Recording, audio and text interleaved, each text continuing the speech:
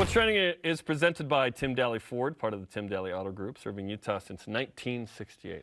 All right, the Cougars walk into the season with a tough schedule, as chronicled nearly daily on this program. Using the simple metric of opponent win percentage from last season, BYU, 13th toughest schedule in the nation. A simple metric, but still. Utah's 107th, by the way. It's part of a multi-year build of tough schedules as the Cougars prepare for Power 5 inclusion. We're all stoked about that. So, Shep, what will this season teach us about BYU's readiness to compete in the Big 12?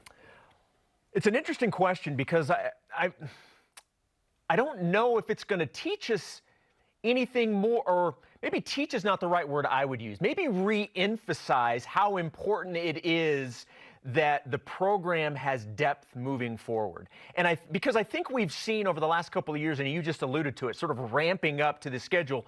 We've seen over the last couple of years BYU playing schedules like this with multiple Power 5s, whether it's 3, whether it's 4, whether it's 5, whether it's 6, whatever the case. 7 last year. Whatever the case may be, BYU has been playing tougher and tougher schedules. So I think from a scheduling standpoint, BYU is sort of already there in challenging itself enough to see where it stacks up compared to what a conference schedule would look like as a P5. So I don't know if you necessarily learn anything because you've been dealing with this for the last couple of years.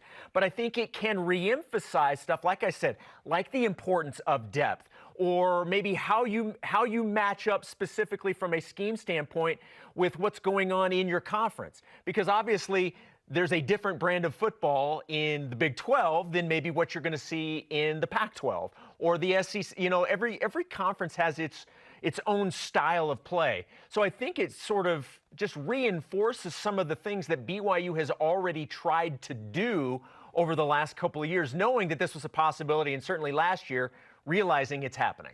In terms of style of play, BYU actually plays more like a Big 10 team than a Big 12 team. Big 12 is built on speed, and then defensively, you're just going to give up points. BYU tries not to do that, right? Echoes of bend, don't break from Bronco Mendenhall. A couple of thoughts. One is, will BYU have a more experienced team than this team ever? COVID has allowed fifth-year seniors like Peyton Wilgar and Lopini Katoa and Gunnar Romney and others to be here. They shouldn't be on this team. COVID allowed an extra year, which is awesome. BYU returned so many pieces from last year. Think about it on offense. You got Samson Nakua and no Tyler Algier. And, then one other notable name who I'm forgetting. That's kind of it. Defensively, it's a lot of the same guys back. This is a special group in terms of the ability to be crazy experienced with this team. So I'm not sure it's a one-for-one in terms of, yes, BYU will have a team like this in terms of experience and talent in the Big 12. The hope is that in the Big 12, BYU continues to get more talented, more Pukas, more Kingsleys, more Jarons, and so on, to where you can compete for a Big 12 title. About cloning?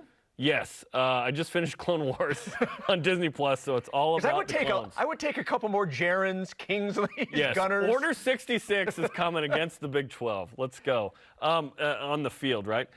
And then development is something that BYU's been really good at. Think about where Blake Freeland has come from as a left tackle. This dude was a quarterback in high school. Like, he wasn't a four-star fight. He wasn't Kingsley in high school. Like, you can have two different kinds of guys be first-round draft pick types. And Tyler Algier obviously was a walk-on, a linebacker, and then a running back, and we've chronicled his story well. BYU is very good at development.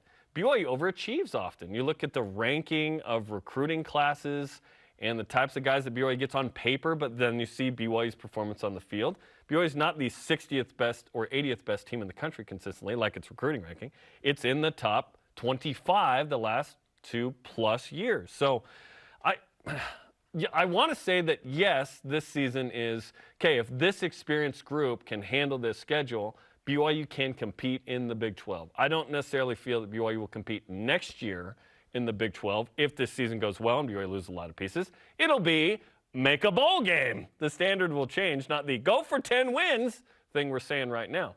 This is the most confidence we've walked into a season with for BYU football since 2009. Really since 2009. 2013 was an 8-5 team with a junior Taysom Hill and Jamal Williams. We were stoked.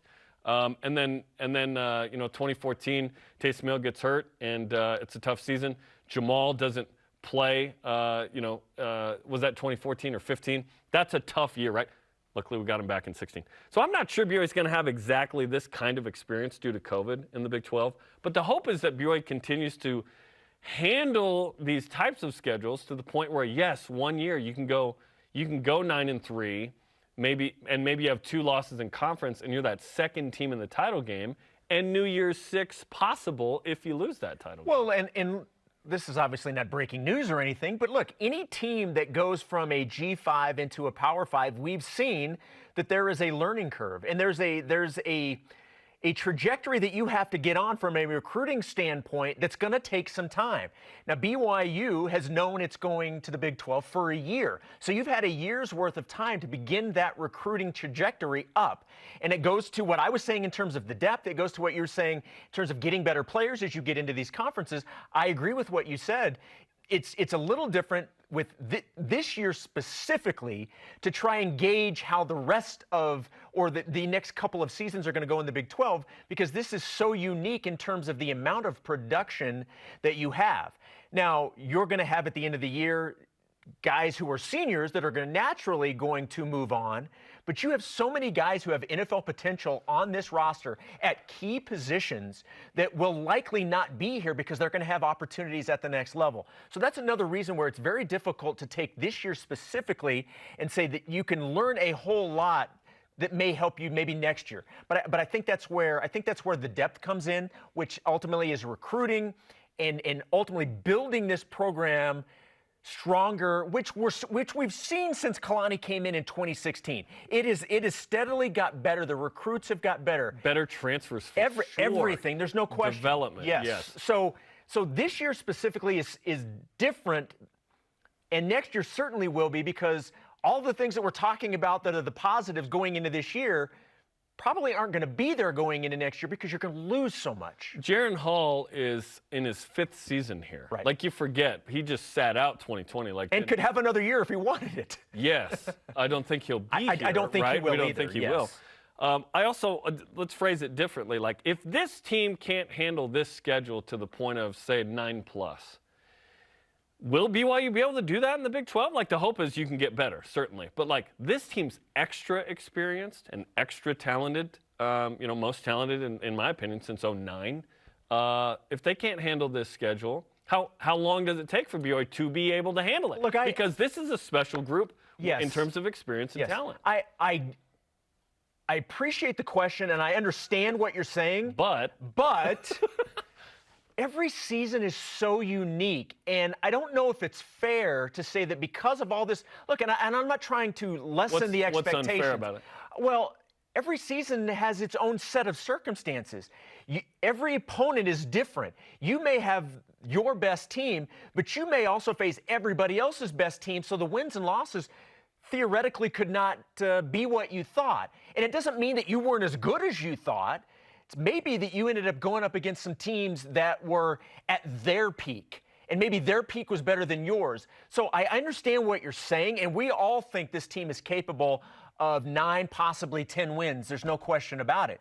But I think it's somewhat unfair to say that say if they don't reach 9 or 10, that it can never be because this is the best production we've ever, or the most returning production we've ever had. I don't know if that's fair. It just intimidates me a little bit if we think, hey, in the next 2+ years, we want BYU to compete for a Big 12 title. It's like, then show us this year with the most experienced team maybe in BYU history. I don't know how to quantify that very well. But the COVID extra guys and the NFL pub, this team needs to go 9+. Like, if they're 8 or fewer, it's like, well, shoot, we need to do something that we're not doing.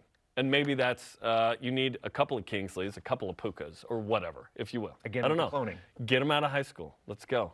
Okay.